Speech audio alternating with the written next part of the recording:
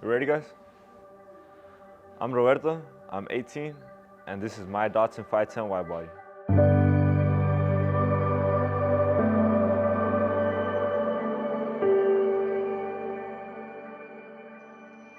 Ever since I was pretty much straight out the womb, my dad had implemented cars into our lives, especially me and my twin. We have always been able to connect with our dad through cars, and my first memory of being, I guess you could say, intimate with the car would be when I was about 5 years old. My older brother had gotten a 63 Volkswagen convertible bug, and he was doing a two-tone paint job on it, and we were just there standing with him. We're pretty fortunate to have this shop that we're working in now. Myself, my older brother, and my twin. But my dad started off pretty much dropping out of high school sophomore year, and he started pushing a broom around in the shop.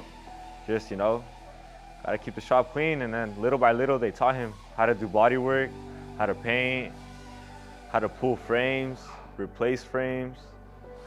Anything that pretty much goes down in an auto body shop, my dad has taught us, but he learned that through mentors, and now he went through the struggle to let us just go to work now. We don't really gotta try and create a workplace. My dad has already fulfilled that for us. So we're pretty fortunate to have somebody like him. So my twin and I pretty much started hunting out for something to build, and we ended up getting in contact with this guy out of San Jose, and we bought a Datsun. It was a shell though, no motor, no suspension, no steering wheel, just a shell. And it needed everything: body work, paint job, well, everything mechanical, driveline, everything. So we ended up picking the car up for around $4,500, my twin and I. We built this car together. But we started working on it. We got the hood work, primer, body work completely done. Got a bunch of stuff powder coated, getting ready to work on it.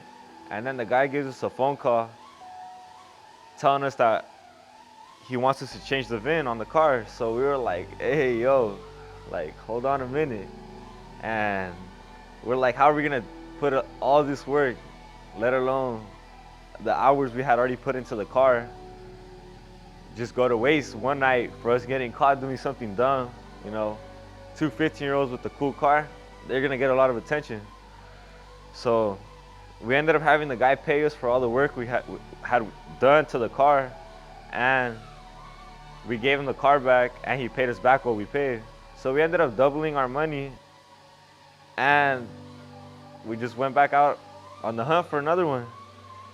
And a blue one popped up, wide body, in San Leandro, California. And the car was rough around the edges, but mechanically it was all there. Coilovers, Willwood front disc brakes, good transmission, all right differential, because I ended up having to change it a couple years later. But mechanically, it was all there. So we ended up picking that one up for $8,000, which is this car now. Right when we got the car, it was just like all hands on deck. My twin and I pretty much disassembled the whole car in like a matter of 2 days. Got the whole front end torn apart, deck lid off, doors off, started stripping everything. And we did all the body work first, got it painted. And then after we painted it, we were kind of like in a pause, because we were like, all right, what's the next step? But we ended up getting the interior done in a close by shop from us, and we got some bride seats. They're replicas, but hey, it was all that two 15-year-olds could afford, so that's what we just bit the bullet and got 2 replica brides. But they still look good.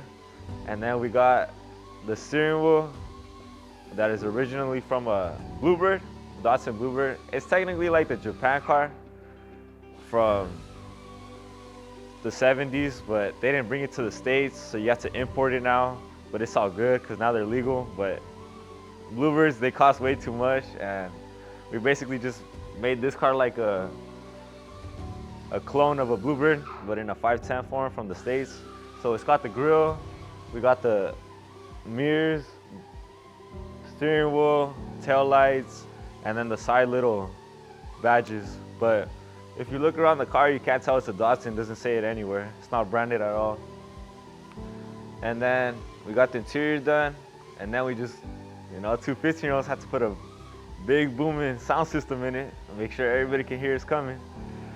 But that's pretty much what we did to it, because the car was all mechanically there. Just interior, paint, sound system. So the car did come with the wide body, but it was kind of a weird wide body. The tubs only went to the middle of the quarters, so it kind of looked like a, I guess you could say, half-ass wide body. But we ended up extending it in the quarter all the way from the where the door is to the rear of the quarter. So we did that by putting metal bars and foam from like Home Depot, and we just laid fiberglass on top of our mold and bodyworked it. And I mean, it looks pretty good. There is probably a few things that I would have done differently now that I'm a little older and have a little more experience, but we did the wide body, and the front ones were pretty mangled.